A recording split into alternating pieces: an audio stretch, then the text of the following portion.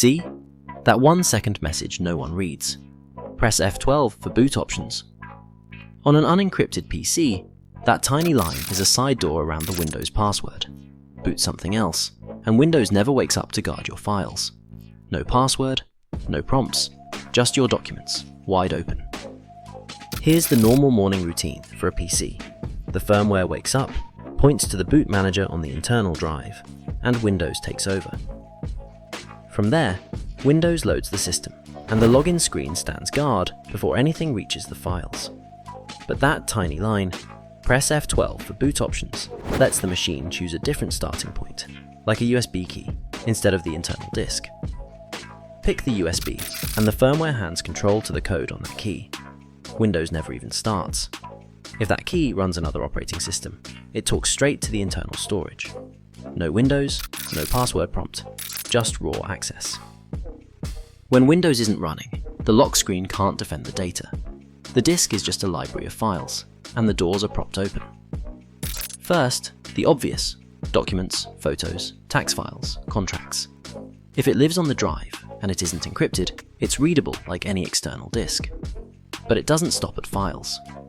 Modern life leaves breadcrumbs: saved browser sessions, autofill data, Wi-Fi keys, cached tokens.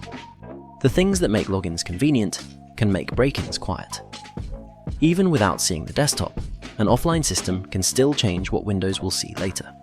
Think about that for a second. That means altering a local user's password offline, so the next normal boot looks perfectly legitimate.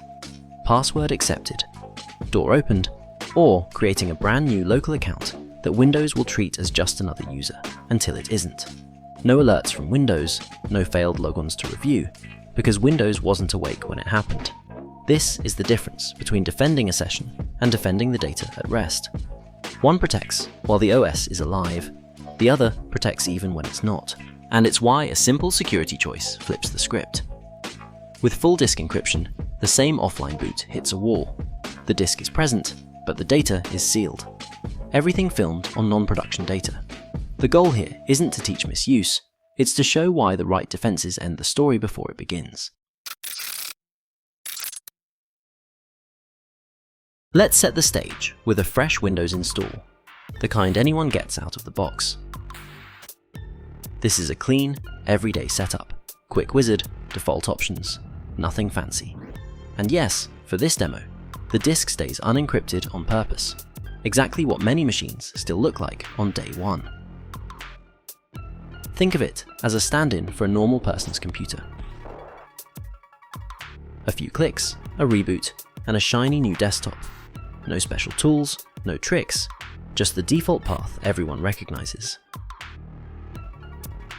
Why bother showing this part? Because what happens next only feels shocking if this looks familiar. Remember this screen. In a few minutes, we'll come back to this same machine and take a very different path into its data. Now, step into the everyday routine.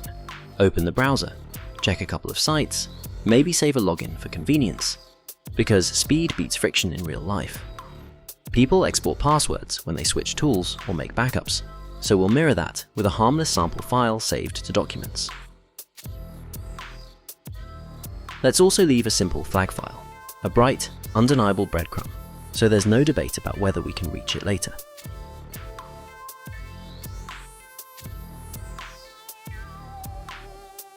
This is the quiet part of the story. Normal clicks, normal habits, no alarms. Files build up in documents and pictures. Browser profiles collect autofill and cookies. Convenience stacks up in the background. Nothing here looks risky, until Windows isn't the one in control. We'll shut the lid, walk away, and let the demo answer a simple question.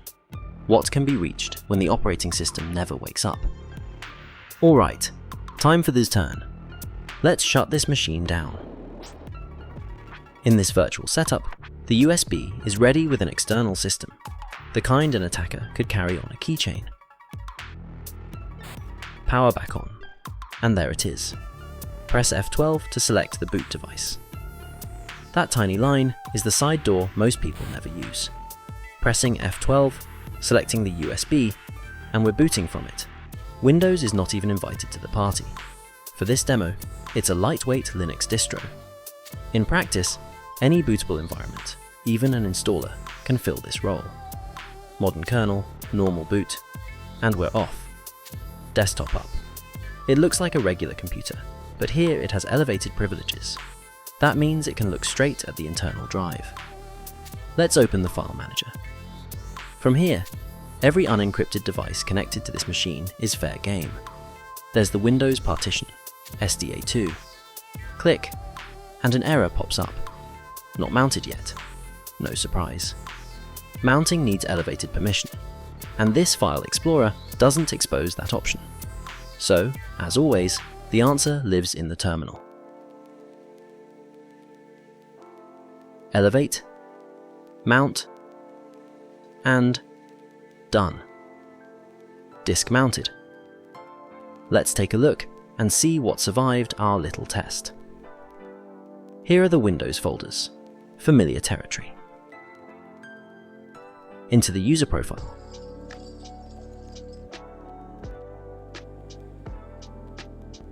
And there's the flag we planted earlier. No Windows password, no PIN, just offline access from outside the operating system. And it isn't limited to personal folders. System areas are visible too. Places regular users rarely wander. About saved credentials.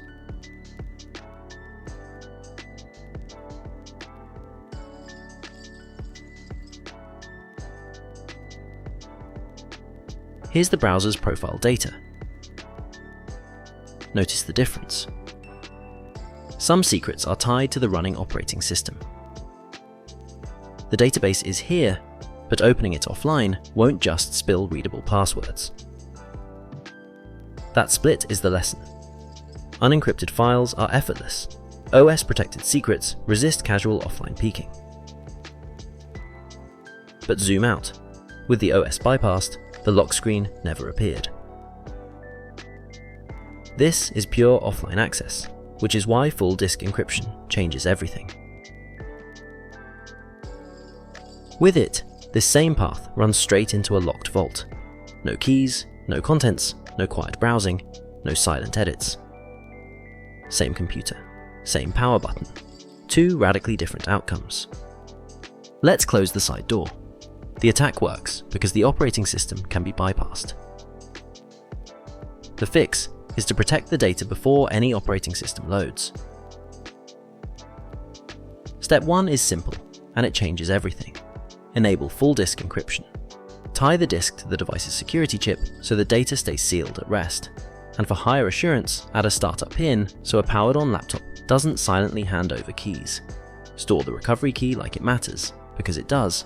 A password manager, a sealed envelope in a safe, a copy held by IT in managed environments. Step 2. Make the firmware boring. Set a UEFI/BIOS administrator password, lock the boot order, and disable external boot where possible. These settings are speed bumps, not shields. They won't decrypt an unencrypted drive, but they do remove the easy, on-the-spot path. Step 3. Daily habits that actually help. Shut down or hibernate when stepping away. Sleep can leave secrets in memory, while a shutdown clears the board.